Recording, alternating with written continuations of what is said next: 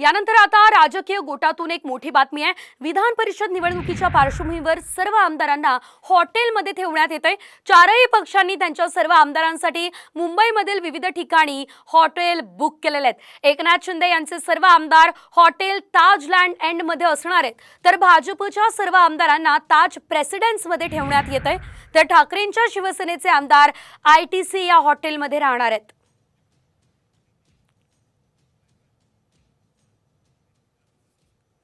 तर आपण बघू शकतोय शिवसेना ठाकरेंचे 14 आमदार ITC या हॉटेलमध्ये असणार आहेत।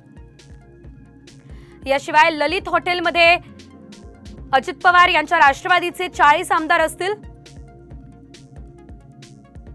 ताज प्रेसिडेन्सी दक्षिण मुंबईमधल्या या हॉटेलमध्ये भाजपचे 103 आमदार असणार आहेत। याशिवाय ताज लँड्स एंड दक्षिण मुंबईमधल्या या हॉटेलमध्ये शिंदेंचे 37 आमदार असतील।